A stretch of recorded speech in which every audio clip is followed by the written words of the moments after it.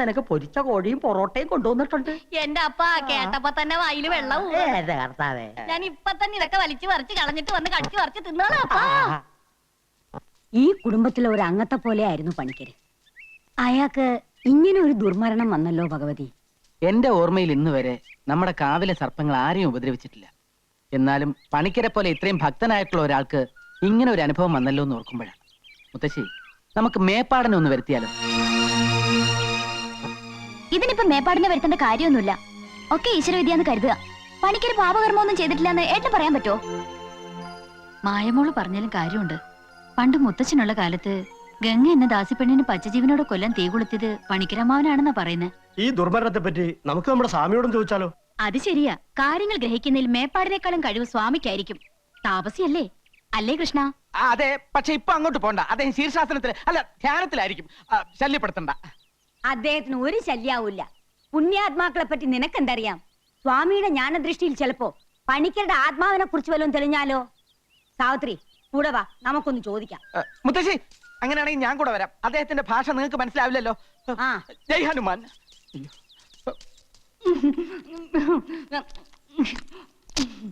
ഇങ്ങനെ ആക്രാന്തം കാട്ടാതെ മകളെ, മെല്ലത്തിന്റെ മകളെ. ഈ ഉണക്കത്തമ്പരാക്കന്മാരുടെ പച്ചക്കറി നീ അടുത്തപ്പോ എന്റെ അപ്പൊ കൂടെ കൂടെ ഇങ്ങനെ വന്നില്ലെങ്കിൽ ഞാൻ പട്ടികളും ചത്തു. പട്ടണി കിടന്നാലും വേണ്ടല്ല, കിളവി തള്ള പിടിക്കാതിരുന്നാ മതിയായിരുന്നു. പിടിച്ചാ നിന്നെ കൊല്ലും മകളെ. കൃഷ്ണ, കൊല ഇപ്പൊ തന്നെ നടക്കും. ദേവരുടെ മാലക്കിളവി. ജയ് ഹനുമാൻ.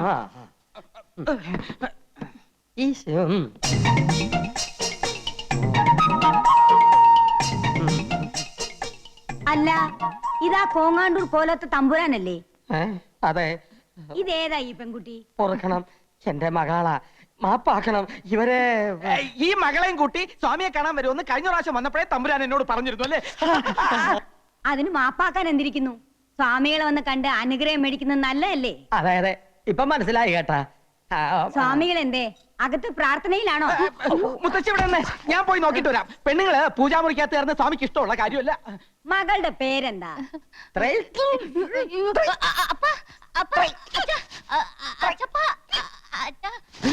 അയ്യോ, ഇതെന്ത് പറ്റി? കുട്ടിയുടെ പേര് ചോദിച്ചതാ. എന്താ തമ്പുരാന്? ഇത് ഗ്യാസാ. പിന്നെ കുട്ടിയുടെ പേര് ത്രയംബകം. ത്രയംബക തമ്പുരാട്ടി. ഇത് നേരത്തെ പറയാൻ പാടില്ലായിരുന്നാ? ഗ്യാസ് വലച്ച്. പൂജ കഴിഞ്ഞ് സ്വാമി ഇറങ്ങാറായോ കൃഷ്ണ? ഒരു 15 മിനിറ്റിന്റെ താമസമുണ്ട് മുത്തശ്ശി. മുത്തശ്ശി പൊക്കോളൂ, ഞാൻ സ്വാമിയെ കൂട്ടിക്കൊണ്ട് അങ്ങോട്ട് വന്നോളാം. അത് വേണ്ട, ബഹുമാനിക്കേണ്ടവരെ നമ്മൾ ബഹുമാനിക്കും. അയ്യോ, അതുകൊണ്ടല്ല. പൂജ കഴിഞ്ഞ് ഒരു 15 മിനിറ്റ് ടോയ്ലറ്റ് പോടും സ്വാമിക്ക്. എന്നാലേ ഞങ്ങൾ പോയിട്ട് പിന്നെ വന്ന് കണ്ടു. നല്ലത്. സ്വാമികളെ കണ്ടിട്ടേ വീട്ടിലേക്ക് വരാം, ആഹാരം കഴിച്ചിട്ട് പോവാം. വരും, ഞങ്ങൾ തീർച്ചയായും വരും കേട്ടാ. താൻ ഊണ് കഴിക്കാൻ പോവല്ലേ? പോവും. തന്റെ മുട്ടേറി ഞാൻ തല്ലി ഓടിക്കും. പേടിപ്പിക്കാ. എന്നാ ഞങ്ങ പോണില്ല.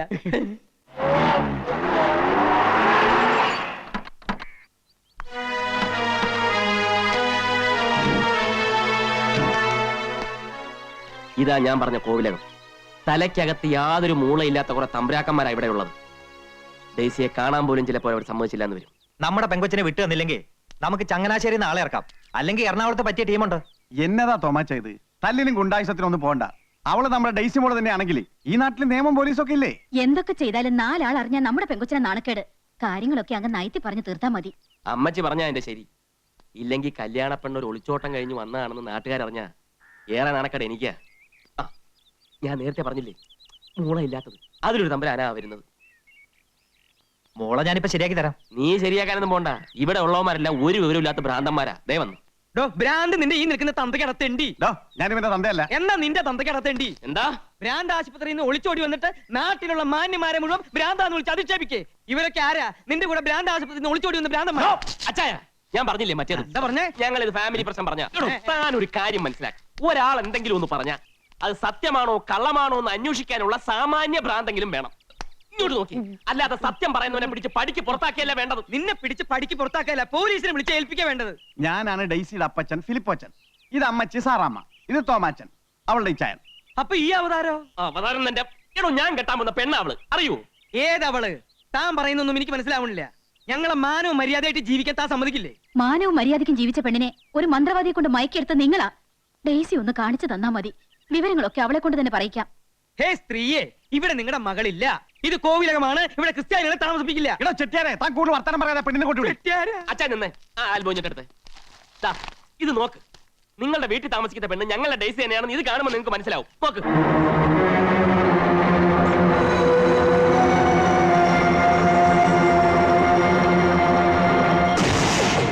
ഇപ്പൊ മനസ്സിലായോ ആർക്കാ ഭ്രാന്തം?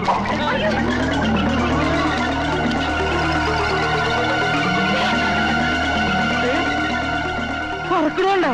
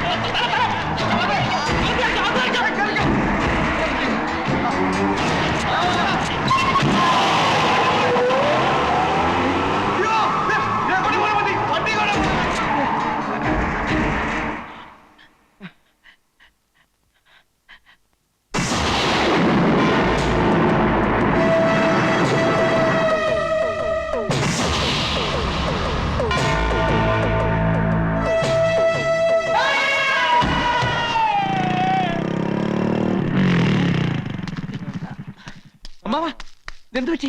അമ്മാവാ, പിടിച്ചേ. ഇവിടെ ഉള്ളവരൊക്കെ എവിടെ പോയി? അമ്മാവാ,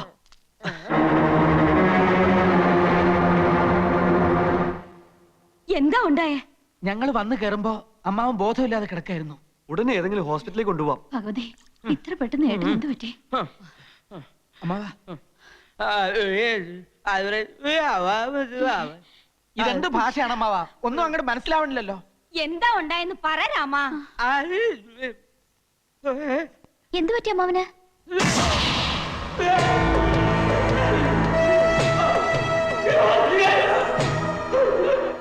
എന്താ? ദേ, മായയോട് അവൻ എന്തോ പറയണോന്ന്. പറഞ്ഞോളൂ അമ്മാവാ, എന്താണ്ടായേ? ഓ, എന്തെങ്കിലും തിന്നാൻ വേണോ? വെറ്റില മുറുക്കണോ? ഓ, പടം വരയ്ക്കണോ അല്ലേ? എഴുതി കാണിക്കാന്നാണോ? ശങ്കര, ഒരു പേനയും കടലാസും വേഗം ഇഞ്ഞു കൊണ്ടുപോവാ.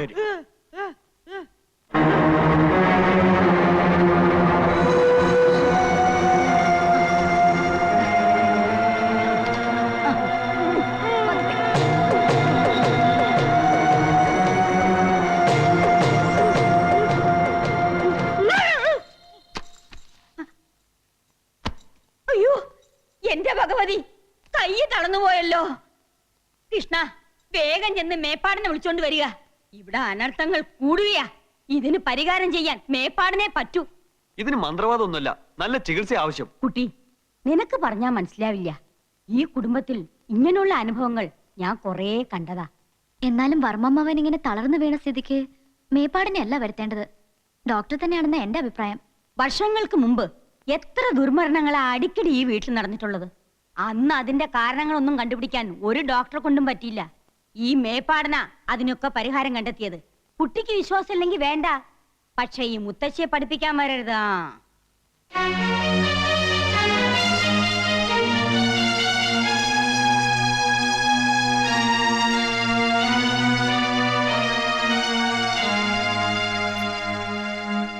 അസുഖം വന്ന ഡോക്ടർമാരെ വിളിക്കേണ്ടത്, അല്ലാണ്ട് മന്ത്രവാദിയല്ല. ഉണ്ണി ഇതിനൊക്കെ സമ്മതം കൊടുക്കണ്ടല്ലോ. മുത്തശ്ശിയോട് തർക്കിക്കാന്നല്ലാതെ അതുകൊണ്ട് വല്ല പ്രയോജനമുണ്ടോ? BP കൂടി വീണതായിരിക്കണേ വഴിയുള്ളൂ. എന്ത് ചെയ്യാം? കോലോത്ത ഫാമിലി ഡോക്ടർ മേപ്പാടനാ. അയാള് വന്ന് പോട്ടെ, പിന്നെ നമുക്ക് എന്തെങ്കിലും വഴി ആലോചിക്കാം. അപ്പോ മേപ്പാടിനെ കൊണ്ടുവരാൻ തീരുമാനിച്ചോ? ഉവ്വ്, കൊണ്ടുവരാൻ കേശവൻ പോയി കഴിഞ്ഞു. മായെന്താ ആകെ മൂടോട്ടായിരിക്കുന്നത്? ഏയ് ഒന്നുമില്ല, ഇവിടെ വല്ലാണ്ട് ബോറടിക്കണോ. നമുക്കൊന്ന് ഔട്ടിങ്ങിന് പോയാലോ? അതെന്താ, വേഗം റെഡി ആയിക്കോളൂ, നമുക്കൊന്ന് കറങ്ങിട്ട് വരാം.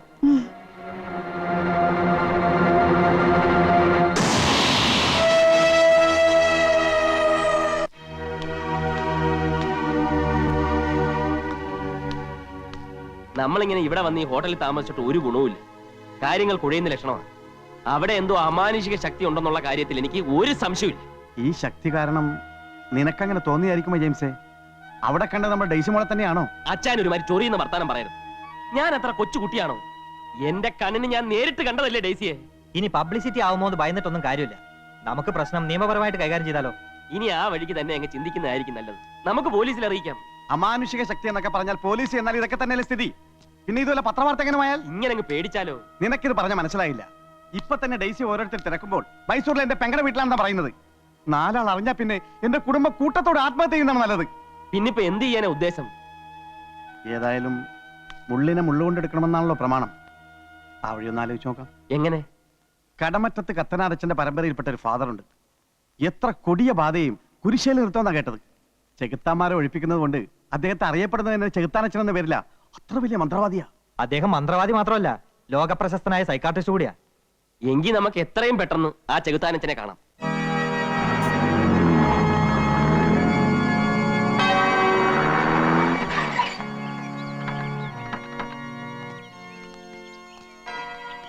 ഈ ചെകുത്താനച്ചന്റെ മേട ഇതല്ലേ? ചെകുത്താനച്ഛനോ? അങ്ങനെ വിളിക്കരുത് കുഞ്ഞാടെ, അത് അച്ഛന്റെ ഇരട്ട പേരാകുന്നു. അവിശ്വാസികളാണ് അങ്ങനെ വിളിക്കുന്നത്. വിശ്വാസികൾ ഡോക്ടർ മികായലച്ച എന്നെ വിളിക്കൂ. ഓ ഓ ഓ. ഒരു ബാധ കയറിയ കേസ് ഉണ്ടായിരുന്നു. അച്ഛനൊന്ന് കാണണമല്ലോ. ഇയാളെ കണ്ടപ്പോഴേ എനിക്ക് തോന്നി. എനിക്ക് കുഴപ്പമൊന്നുമില്ല. ആളെ കൊണ്ടുവന്നിട്ടില്ല. പിന്നെ ആർക്കാ? എല്ലാം മിഖാലച്ചനോട് ഞങ്ങൾ പറഞ്ഞോളാം. ഓ, കയറി വരൂ കുഞ്ഞാടുകളെ. പിന്നെ ശ്വാസം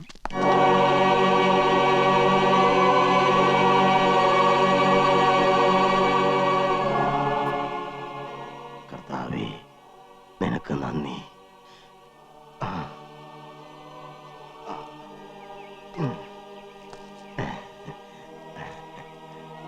സംശയിച്ചതുപോലെ ആ പെൺകുട്ടി നിങ്ങളുടെ മകൾ ഡെയ്സി തന്നെ. വരൂ, ഇങ്ങോട്ടിരിക്കൂ.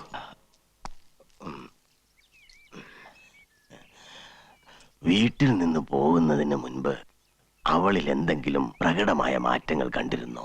ഉവച്ചോ, ഒരു സ്റ്റഡി ടൂറിന് പോയി വന്നതിന് ശേഷം ഡെയ്സി മോളിൽ ആകെ മാറ്റമായിരുന്നു. പിറ്റേന്നൊരു ഡോക്ടറെ കാണിക്കാമെന്ന് വിചാരിച്ചിരിക്കുമ്പോഴാ അന്ത് വെളുപ്പിന് മോളെ കാണാതാവുന്നത്. ഇത് പ്രേതബാധയാണോ അച്ചോ, അതോ വേറെ വല്ല അസുഖമാണോ? വിശ്വസിക്കുന്നവർക്ക് ഇത് പ്രേതബാധ തന്നെയാണ്. മെഡിക്കൽ സയൻസിൽ ഡിസോസിയേറ്റീവ് ന്യൂറോസിസ് എന്നോ മൾട്ടിപ്പിൾ പേഴ്സണാലിറ്റി എന്നോ ഇതിനെ പറയാം. കൺവേർഷൻ റിയാക്ഷൻ അല്ലെങ്കിൽ പൊസസീവ് റിയാക്ഷൻ എന്ന് പറയുന്ന വേറൊരു തരം അസുഖവും ഉണ്ട്. Anyway, all these diseases are different versions of hysteria. അപ്പൊ ഇത് പ്രേതബാധ അല്ലെന്നാണോ അച്ഛൻ പറയുന്നത്? നിങ്ങളെ പോലുള്ള പീപ്പിൾസ് ഇതിനെ പ്രേതബാധ എന്ന് പറയും. വേറെ ചില മണ്ടന്മാർ ഇതിനെ സൈക്കാട്രിസ്റ്റ് കേസ് എന്ന് പറയും. നിങ്ങളുടെ ഭാഷയിൽ ഇത് രണ്ടുമല്ലാതെ മറ്റെന്താണ് പറയുക? അങ്ങനെ ചോദിച്ചാൽ എനിക്കറിയില്ല.